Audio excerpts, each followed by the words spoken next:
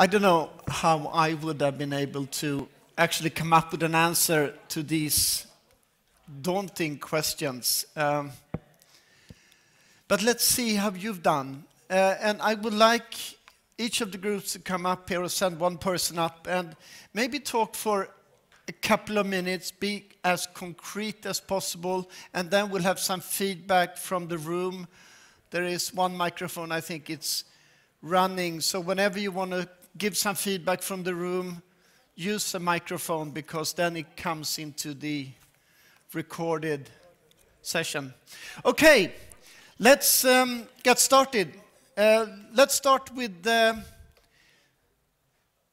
free group that was sitting here, the group that chose their own question, because we are all excited to know which question did you choose, and I think it's you, Anders Ekelund. And you have not more than 2 minutes.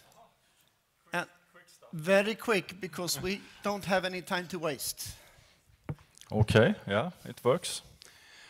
Well, we concluded, we looked at the question that was, can and should the Nordic countries put a ban on import of biomass and biofuels? And we said, basically, no. Because if you import it, then you can have some control over the countries where you import from. So you can actually be beneficial for the environment. And why should that be banned? All other stuff are imported as well, and it has got an environmental impact. Whether you import textiles, electronics, or plastics, or whatever, it has also an environmental impact. And the rest of you, if you want to add something, but would imports hold back development in the country in question? And then we discussed this point with electrofuels, it's somewhere there. And we mean that electrofuels and biomass can be coupled together. They can work in synergy, because if you have too much electricity locally, sometimes you can make hydrogen by electrolysis and using the hydrogen when you process biomass to liquid biofuels, replacing crude oil-based fuels. So they can work in synergy. They are not in opposition to each other. So basically what you were saying is there is no reason to ban imports of biofuels, and you think that the demand for electric fuels and stuff, that's going to keep up the demand in the country for local fuels, domestic fuels. Yeah, they work in lovely synergy. Yeah, yeah. Okay, anybody else from that group? Because then I open up, or from the other groups, any comment on that?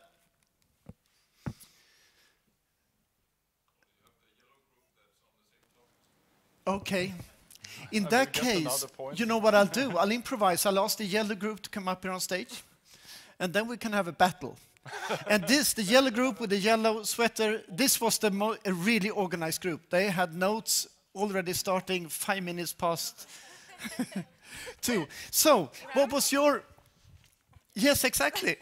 So what was your feedback on the question? Okay, so our feedback was no.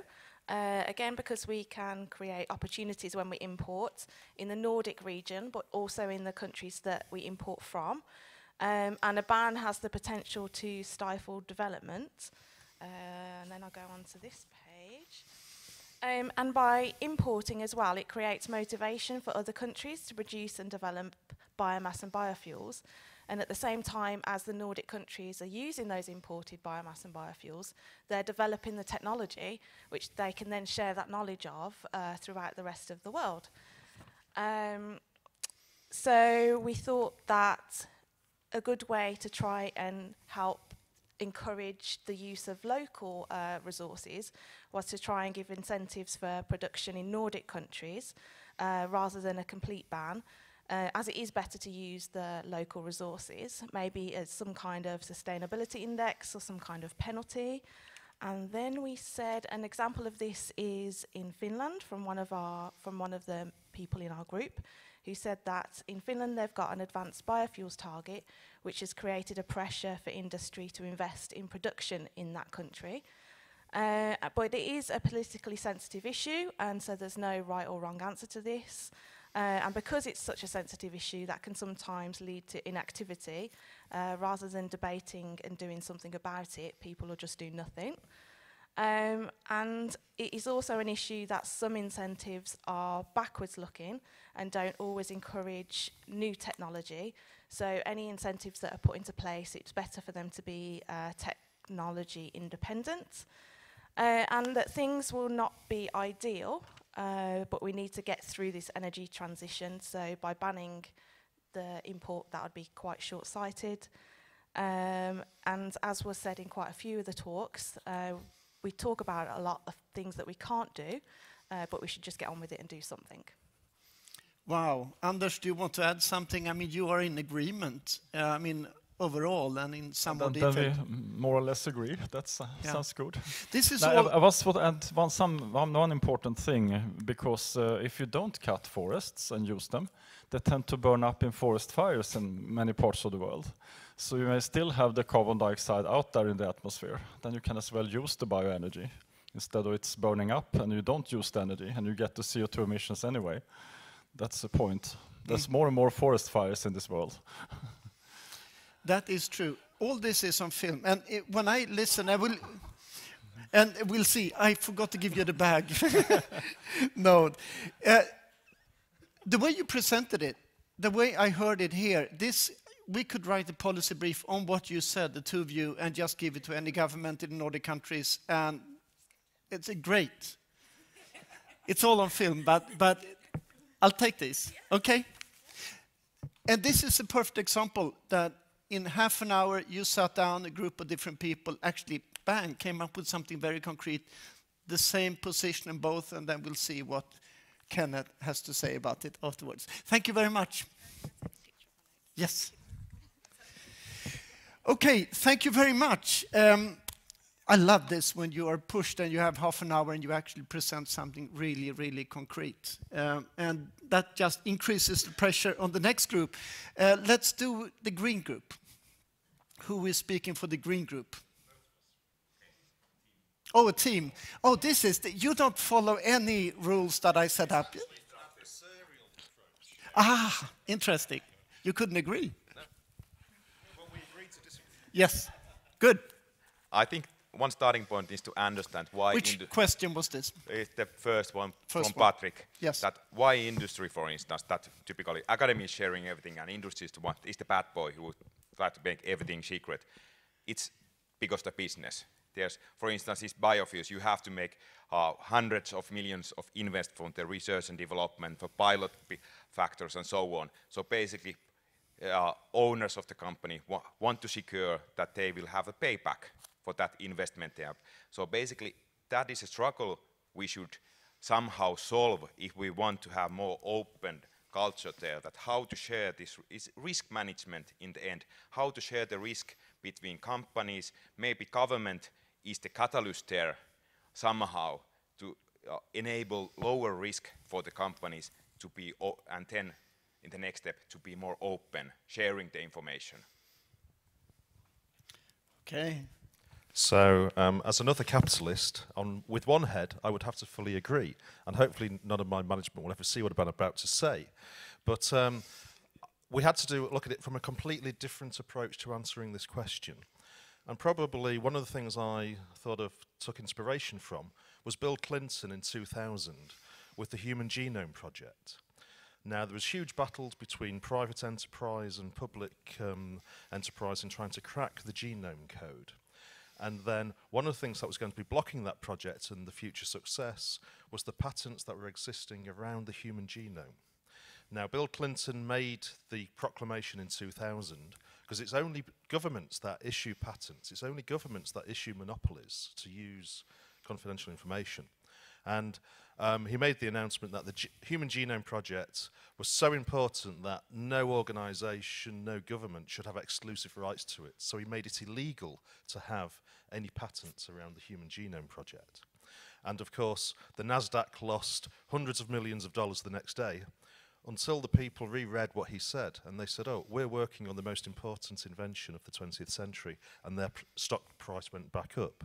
So maybe if we can agree on those huge fundamental challenges and what they are, those big, big grand challenges, whether it's lignin valorization or whatever, then agree that there should be no international patents allowed in that field as a way to free up the innovation and support the innovation for industry to make money, as industry and biotechnology industry did on the human genome. So looking at it in a much more communistic approach as opposed to a capitalistic approach might be the solution. Okay, interesting. No, you can hold on to it. We'll have some more discussion. Anybody else from the group? No, we'll try to find some common ground. It's kind of tough to ban patents in the whole area of bioenergy and biofuels. I mean, it's a huge area. It moves into... it's a big decision. It's a big decision.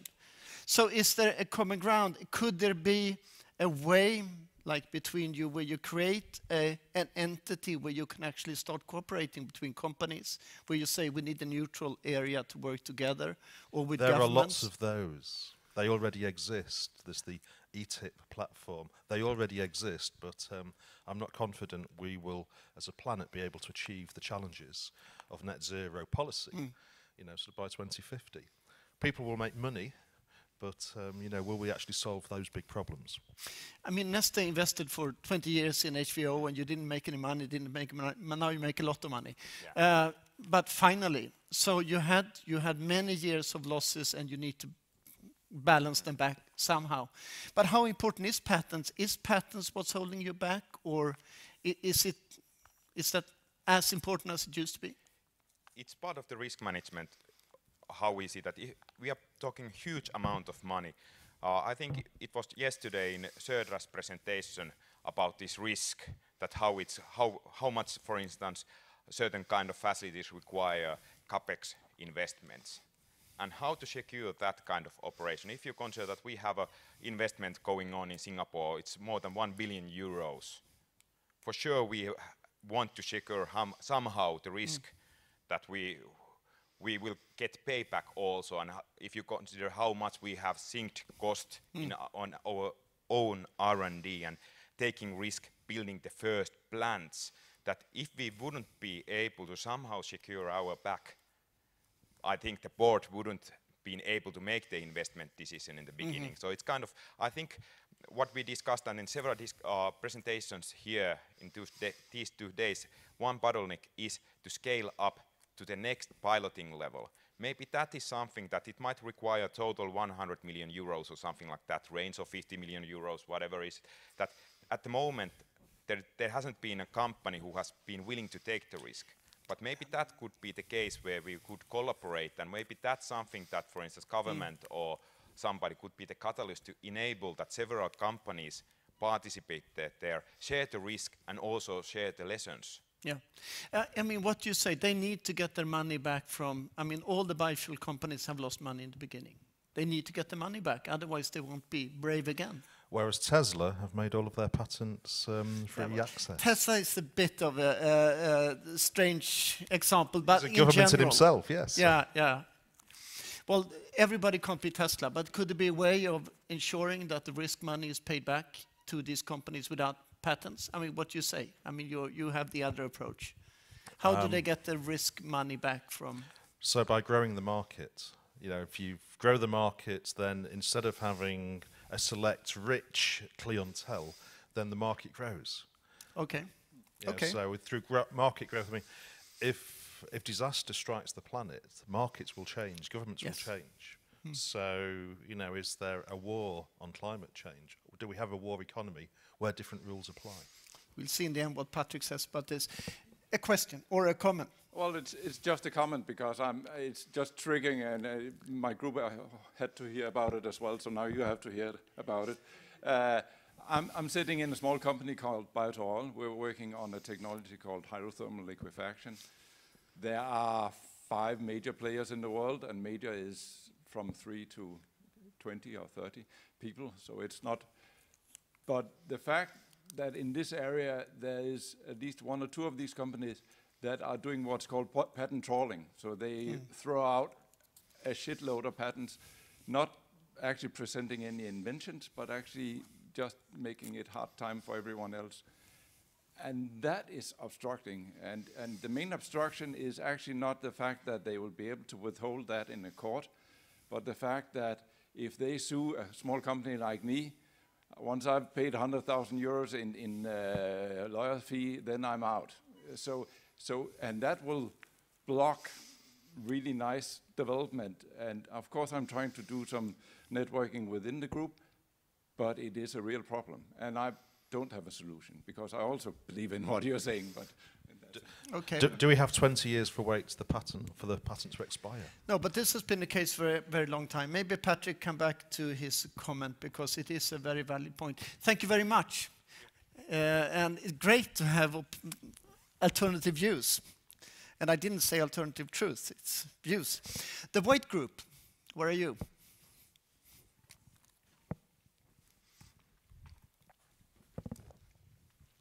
And which question did you have? Okay, thank you. I'm Juha Leppävuori from Neste, and we had the third one.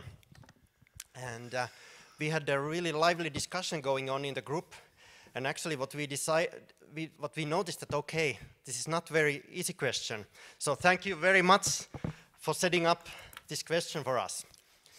And if I were to summarize our discussion, I would say that, well, to begin with, if we want to come up with new carbon neutral technologies and try to avoid the adverse effects, I think, as the saying goes, there's no free lunch. So it may not be that easy.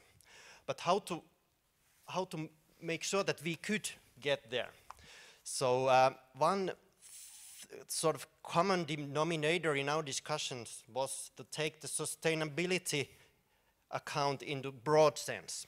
And I mean in a broad sense, not only focusing on the climate, but also on the environmental issues, the people issues. And I think there was a nice presentation earlier today by you that showed different dimensions of sustainability. And that's something that should be taken into account when setting policies to sort of drive this development. Another thing we discussed is that, okay, in a policy level, I think there should be a goals or KPIs for the climate neutral energy solutions. But explain KPI. KPI like target, so like reduction target for example, on CO2, but also taking into account the other sort of dimensions of sustainability. And then, as heard today and yesterday, there are several technologies. And it's not easy to say that which one will be the winning technology. And I think there won't be a one single winning technology. There's going to be a spectrum of technologies. And those technologies together will be able to come to the solution. Have we forgotten about what the Brundtland report said, that we have a social and economical dimension of sustainable development? Are we focusing so much on climate that we forgot these other two really important parts, including that companies need to make money over a cycle, but people and just social justice? Have we forgotten about it?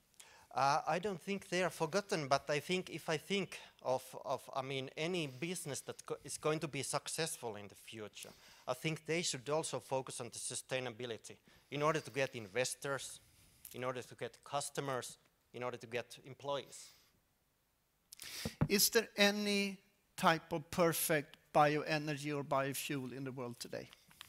From an environmental or social, all three aspects of sustainable development. Are there any perfect biofuels or bioenergy sources in the world today? Miriam. I think you can't. Oh, hang on. Can you switch me on? I think I microphone. God, I've got two microphones. My bloody hell. Excellent. No, I think there's not one perfect bioenergy, whatever, because you can't put it on a specific technology. It's always, I would say bioenergy is context specific. And I think there are really a lot of really good examples which address the whole sustainability and have a lot of different beneficiaries and leaving no one behind. And I'm sure there are a lot of people in the room who could give specific examples. I had one on rice straw in the Philippines. Now Anna has to hear about it again, where you might not find the best optimized way in one aspect, but you find the best balance across the system. And I think that is the answer for bioenergy and for a lot of problems. You need to understand the trade-offs and finding the right balance on things. So it's not one solution. It's a range of solutions. Not and allowing different the aspects. best to be the enemy of the good. But what is the best and what is the worst? It's always a question of the perspective. And that's the thing with policy, and policy has different interests and different drivers. And climate change is a big thing, but we forget about climate justice in that, because a lot of people think it's just carbon on. Should that be a policy brief, teaching politicians that it's not black and white? That there is not one solution, that it's complex and that we need to take one step, an adaptive approach to development, maybe? Yeah, definitely. No, you're going to get your time in a little while. Anybody else from the group? Any comments on this? I mean, basically what you're saying is there are no free lunches, and we need to think broader, and we need to incorporate more, but we need to move ahead at the same time with all the solutions. Good. Okay. The red group, thank you very much. Thanks. Red group.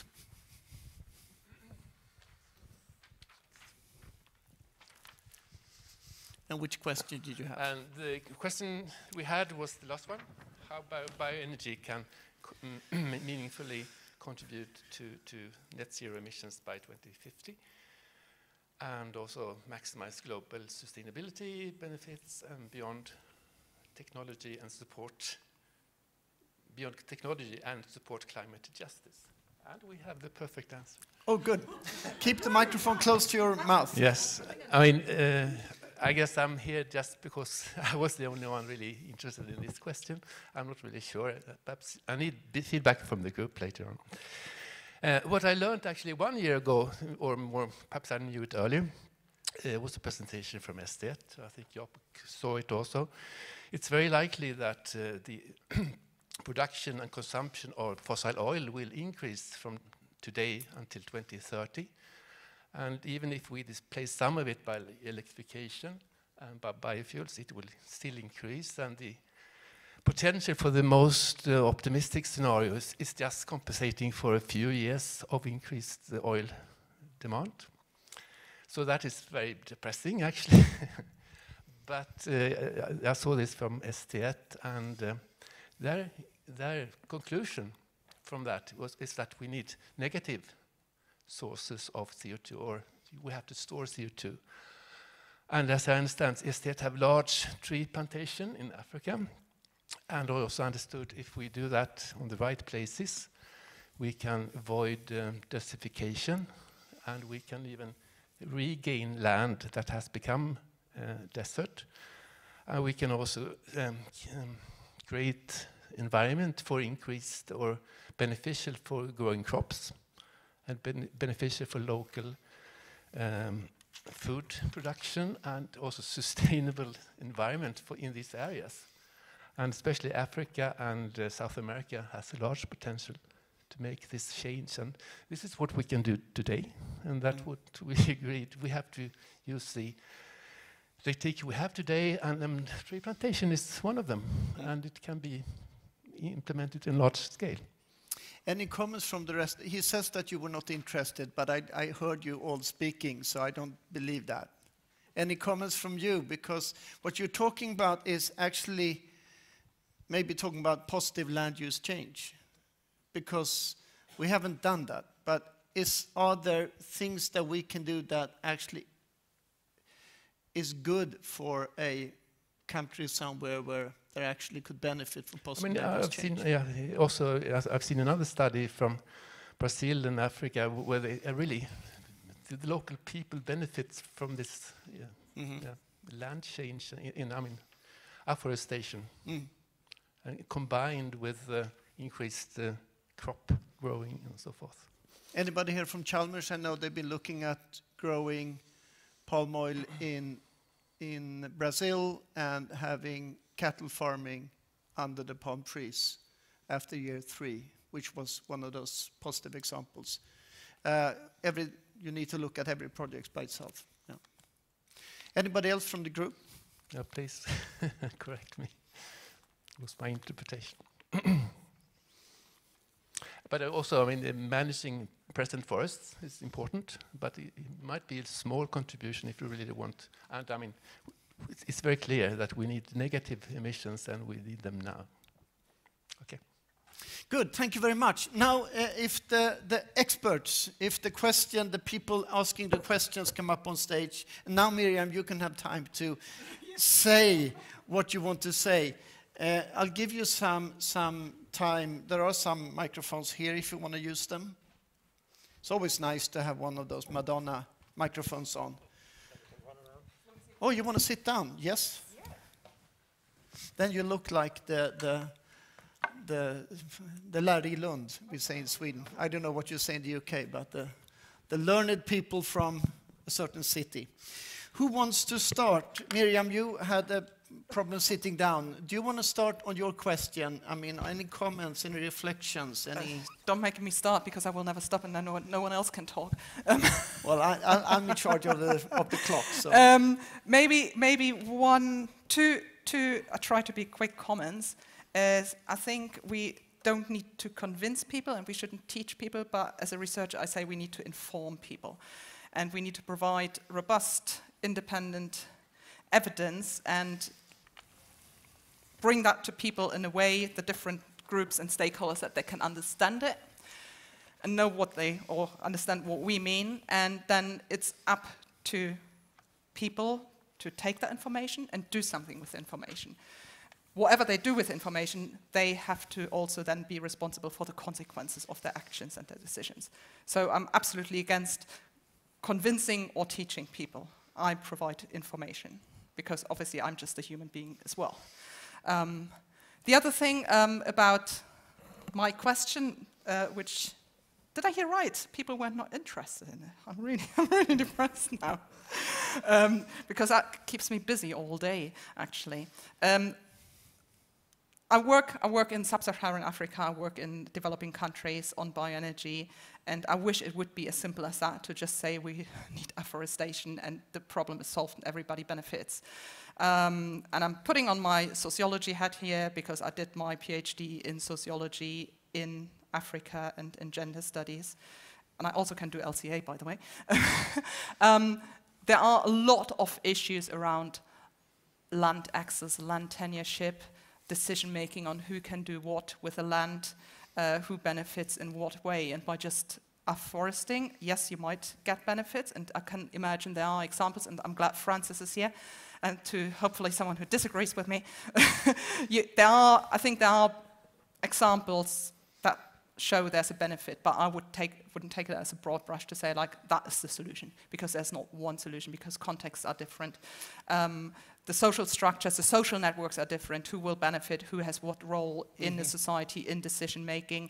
How does that change? We have done a lot of work in the Philippines on using rice straw to produce biogas, and we have done quite excessively stakeholder network analysis to understand how do changes actually affect the role of different people to make sure no one gets affected. So but can I challenge you a bit? Because absolutely, you please. say you don't want to teach people or tell people, you inform them.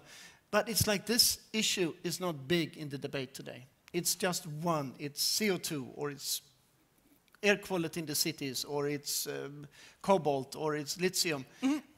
I don't see this debate going on very much, so somebody's not talking enough about it. I see it, well, maybe because I sit in my own bubble, I see that debate going on a lot.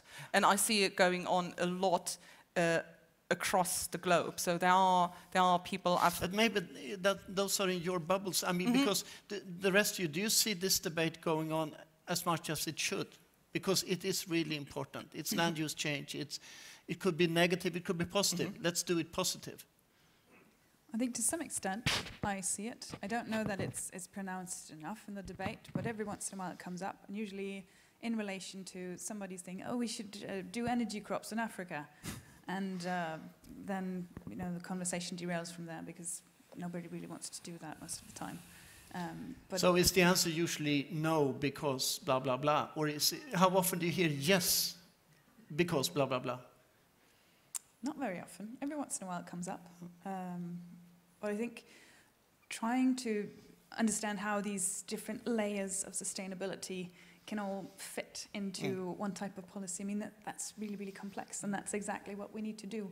And continue challenging the status quo, and continue asking clever people for their opinions. So, Patrick, tree planting in Sahara is just a small part of the many things you're doing, so it's not where you put your money, so to say. But that has been discussed, it's been debated over the years. It could be good, it could be bad. It depends on the area.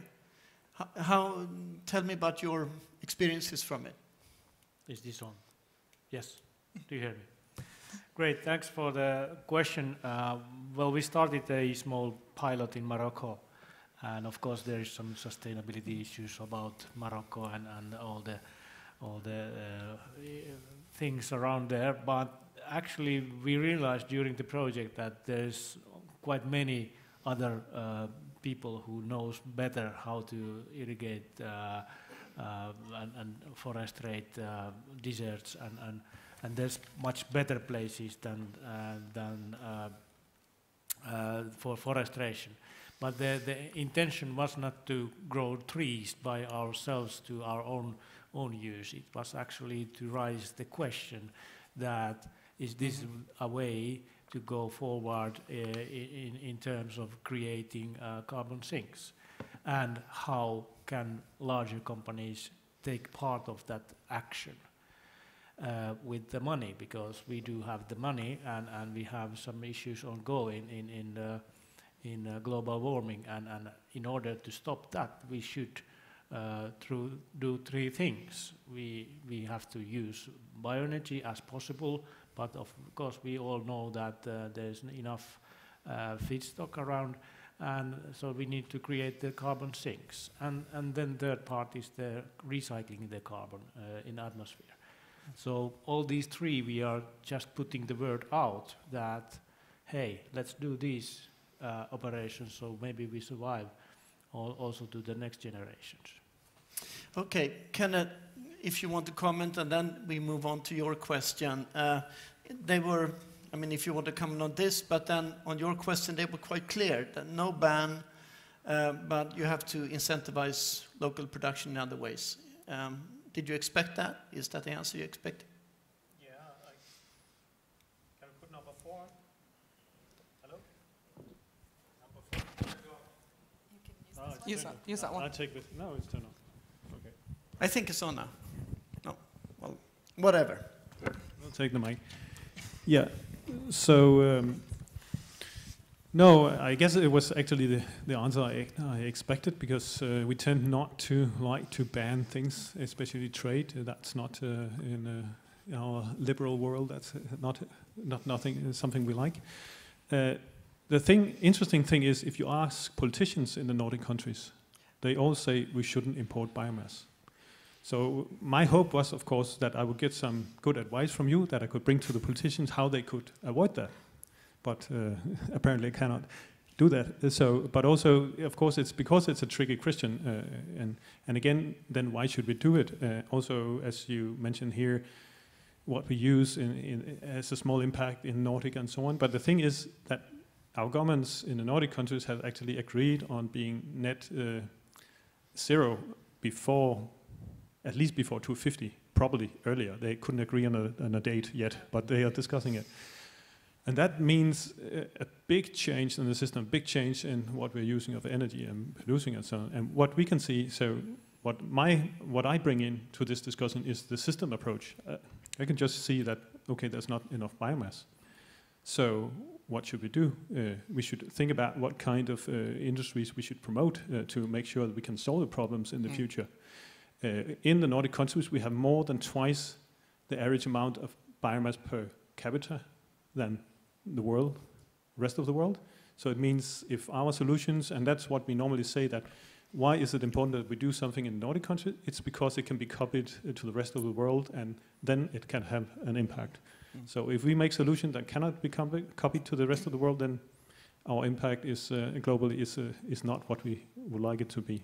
And then we make money on it. So then we are happy all the way to the bank, which is that's how you sell it to the politicians. If we do this smart, and then we can sell it to the rest of the world and everything. And we. But they talked about incentives for local production. Yeah, and that's a way around it, of course. Yes. If you can incentivize different fuels or production methods and so on, then you can sort of get around this not banning it. And I guess it's solutions like that we should look into. And I don't think a ban is realistic. But actually, if you look at it from the system point of view, that might be needed to push the development. Duncan, come up here to the stage. And this sounds like very clear for your policy brief. This is what you're going to put on that question, that no ban, but incentivize local production. Yes, I mean, it's just a slight... what we wanted was to incentivize the use of local biomass, not necessarily a particular technology. So I think we all agree with what you're saying, but it's just that we feel banning it is maybe not the best thing. So to find... But you could maybe put a very hard incentive, which pushes things to happen. And at least in Norway, we see some of the incentive have a big effect, particularly when it has resonance with the public as well. I mean, then things change very fast. We talked about if you saw the presentation from the Environmental Agency, just from 2017 to 2018, palm oil sourced biofuels dropped dramatically. And that was because of a public outcry. So I think you can get very, very strong incentives through that, actually. So that was just my comment. Yeah. And I think all the Nordic countries have strong, different type of policies. Finland has it on supporting advanced biofuels in Finland from the forest. Norway has it. Sweden has it to some extent, but less on production, more on consumption. And Denmark has it also on biogas in Denmark, for instance, as one example. So different solutions in different countries. You had another. Oh, you have a comment? I always have a comment. Do the comment. I think a ban is never a good thing if you're not banning something really bad. And I think especially in countries where you have, even though people say there's a lot of policy uncertainty and you two from the industrial sector probably totally agree, but I think still European countries have fairly strong policies compared to other countries and fairly strong or high sustainability standards. And that should be used to actually support other countries with maybe lower standards to enable them to actually develop their own frameworks and institutional frameworks. So that is actually, I think that is much more valuable than a technology transfer. Actually transferring knowledge and approaches how to improve sustainability and fairness and justice in a system. And then always the question is about what is the actual driver? And it might be the most sustainable way to have an international supply chain to reach certain targets with a lot of beneficiaries along the line compared to regional supply chains. But that really, again, I go back to say that is context specific and that needs kind of like the right approach. Different context. Yes. It's kind of interesting. You mentioned palm oil.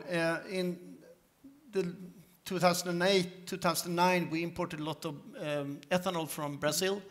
And the unions in Sweden worked with the unions in Brazil to actually improve working conditions. And the buyers in Sweden worked with the suppliers in Brazil to actually improve the GHG component of the ethanol. That was quite an exciting example. And you mentioned palm oil. And palm, according to the Global report, is the worst you can do if you cut down rainforests, and it's the best you can do if you use degraded lands. So if raise your hand, should we ban palm oil? Raise a hand. Norway has done it. There is a high ILUC risk directive from the Commission taken in March this year that basically focuses on palm oil. Should palm oil be banned? One product in itself. A couple of you. How many says it shouldn't be banned? You shouldn't ban one product. You should put requirements on how it's produced. Yeah. Well, you are not in line with, except the two of you are in line with Brussels, but the rest are not. And I think your approach of actually, in a context, pushing and seeing what we can do as big consumers. And I move to you, Maersk, you're a big consumer, and actually we have scope 1, scope 2, scope 3, maybe scope 4 is implementing and trying to push developments in other areas with politicians. Maybe that would be scope 4, where you could actually have an impact far away from here. You're a big buyer. But move on to your question and what you feel about the response. Yes, it is a complicated question. Sorry for posing it, but very, very nice to hear some thoughts around it. I did put the word major in my statement, because I'm not talking about implementing a new solution, looking at all the moving parts and then saying, oh, this one didn't actually perform as well as we thought, so the overall sustainability is slightly lower, and then it's not as good as we hoped. I mean, that's some kind of outcome, but you know, trying to not have these major catastrophes, I think it's really, really important. And the reason I'm asking is because one of the problems with science is that usually you get the answers that you're testing for. You don't get the answers for the stuff that you don't test for. And this makes it really, really complicated when in a fairly short time, which is the time frame that we have, we want to make major changes. And we try to interact with all the different stakeholders that we can, and we try to get as broad a view as we can. But you know, if we miss something, please tell us. So we don't end up in this Thomas Midgley press release situation and then catastrophe ensues shortly after. Have you vaccinated the whole of Maersk to headline news going against Maersk because one of the selections that you're making? Because that's going to happen. I'm sorry? Have you vaccinated the rest of your company against the headlines going against Maersk because of a selection you make? Because that happens. That's going to happen. Yeah, and I mean, it happens all the time. Yeah. And so one thing is trying to do our internal stakeholder management and figure out, you know, how do we feel about, you know, the feedback that we get from the public, from legislators, from other people as well. And that's one thing. Ideally, we would like to not just have our own expert opinion, but actually have believable third parties that we can quote for you know, sustainability, for technical prowess, for everything else. And we do try to have quite a broad view as to identify the best solutions, not to create these adverse effects that I'm alluding to in my question, and hopefully streamline the implementation and the missing pieces of the development so we can get where we want to go. And on the way forward, how much is going to be answered by science and how much is the perception of the public? I mean, is this something that belongs with the scientific community? Are they going to give you an answer, or is it a societal question with perceptions and alternate truths or whatever? I mean, so I'm going to quote Patricia here and say that working in greys, that's much preferential to this black and white thinking, because there's no, I think there's no point in just focusing on a single type of stakeholders. It needs to be a holistic approach, and ideally we want to make sure that we turn over all the leaves and yeah. Can it? Also, I think what we should remember, and also what was pointed out by some presenters today, is also the urgency that I think maybe some here, but not the majority of politicians, and definitely not the majority of populations in the countries has really found out what this means, how fast we need to switch. And that means we have to do mistakes. We have to move really fast. Of course, we should try to pick some solutions that we at least can see it's not, as far as we know, a big problem. Fast, but not break things, right? No, yeah. But we need to move very fast if we are going to switch, because all these investments in industry and shipping and aviation, and power plants, we see that we have this biomass fueled power plant in Denmark, and they live for 30 years. That's a lock-in effect in that. And but so we really need to do something and do fast, and we have to have that in mind when we are discussing solutions, because some of them will not be perfect, but we just need to do a lot of things. Between perfect and then catastrophe. Sorry. There's a difference between being perfect and then complete catastrophe, which is why I put the major adverse effect thing there. Okay, for those who are worried about trains, we're going to finish a couple of minutes before time. But now, Patrick, you've been writing a speech. No, poem. A poem, very good. Well, song, because you have that microphone. On your question, you had two antagonists on stage. You have the capitalist view and the communist view. No, but seriously, I mean, how do you're dealing with this every day in industry, and this defines your decisions on investing $1 billion Swedish crowns in biofuel plants or whatever? Yeah, thanks. Yeah, there was two capitalists here, one disguised as a communist. And I appreciate the fact, of course, that the question was tough, and no surprise that there is no single solution for this market. But let's speak about it. Risk management, of course, that is important to capitalists to get the money back. But I can throw back one question: that what happens if the industry doesn't perform and the legislation is changed, that you don't need that product anymore? How do you get the money back in that case? And it realized to me that the Tesla example actually was very good, because the question is that is not how to divide the cake, it's how to create the cake bigger. Because we have plenty of fossil fuels that must be replaced. So the cake will be bigger. Why we try to struggle with dividing the cake and keep it small? And I have two other examples. Case forest industry. In Nordics, the forest industry is very close to heart. And if I have understood correctly, the forest industry inventions and all the good ideas was actually written in the textbooks and taught in universities. And it was not secret how to make pulp and paper. And now everybody knows. And Finnish, Swedish, and, well, sorry, not Norwegian, but the other pulp and paper industry is working well. Did they have these patent issues on the table? I don't think so. And now what pulp and paper industry has also grown as an industry, that they are now opening their gates. Earlier, when I started some 12 years ago in biofuels industry, I was knocking on those doors, and they said that everything what happens inside these fences are our business.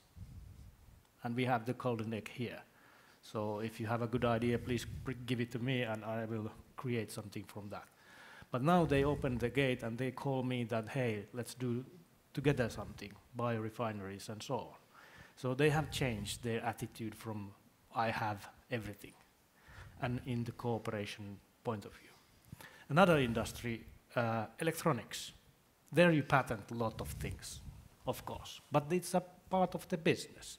Apple, Nokia, Ericsson, Samsung, they have huge patent briefcases or cases, and they sell and cross-license those patents. And that's how the industry goes forward, and the best ideas are really implemented and creating value both for the licensor and the licensee. But that is not the case in biofuels industry, for some strange reason. And why is that? Why not in the biofuel? Is it too young, or is it too old? Maybe or it's is immaturity. Maturity. Yeah. And for the trolling operations, it's very sad that there is also some players whose business is actually not healthy at all. But it comes when it's a hype business, then everybody tries to get their back somehow. This was my poem. Good, beautiful poem.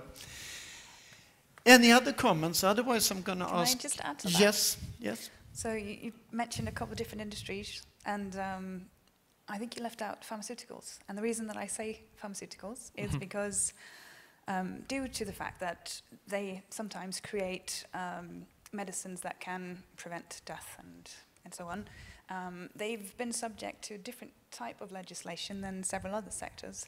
And there's a rule now, so if you create a cure for, I don't know, some kind of blood disease, cancer, whatever it is, and you're successful, a patent is granted, then the government can force you to give out a license to your competitor to make sure that there's always enough of that medicine.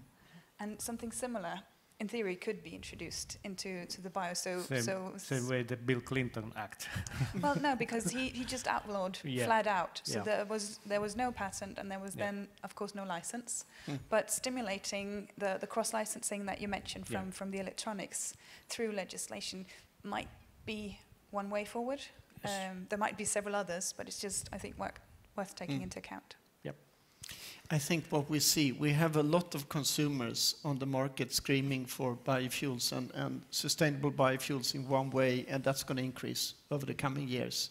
And we need to develop them without breaking too many things on the way, and actually on a case-by-case basis, actually looking at how can this improve things, maybe, if that is possible. Julia? Can I make a quick Yes. comment? Because I think you had also research in there in terms of knowledge academia and then in terms of knowledge sharing. And because we just have taken it from a, God, I'm strong on myself, maybe that's good. From a kind of like research academia perspective, I think it's so important to share knowledge and make it publicly available, because we are funded, most of us are funded by taxpayer money. So the knowledge and the information needs to go back to the public. So, and a lot of journals now encourage researchers to also publish all their supplementary relevant data in it. And I just can kind of like plead to the researchers, share your data, because it's your responsibility. There's an ethical responsibility in research, because we're not doing research for our own glory. We do research for the society. Those were very nice final words. Julia, I give the floor to you for just some final comments. Yes, or not comments. I just wanted to say thank you to the panelists, and I wanted to thank you all for engaging so actively in the discussions, providing input for this policy brief, but also for our work and everybody's work. I mean, we have learned something from this. And also I wanted to say that if you, on your way home or later on, come up with some reflections that you didn't think we kind of covered here, or recent reports that you think like, oh, probably Nordic and New Research haven't seen these, you could send them to me or Jakob, or directly to Nordic and New Research, and we will make sure that they get it. So thank you very much. So I think we should give everybody a big applause for being here. Also yourself. And thank you, Jakob, also for sharing this session, of course. So thank you very much.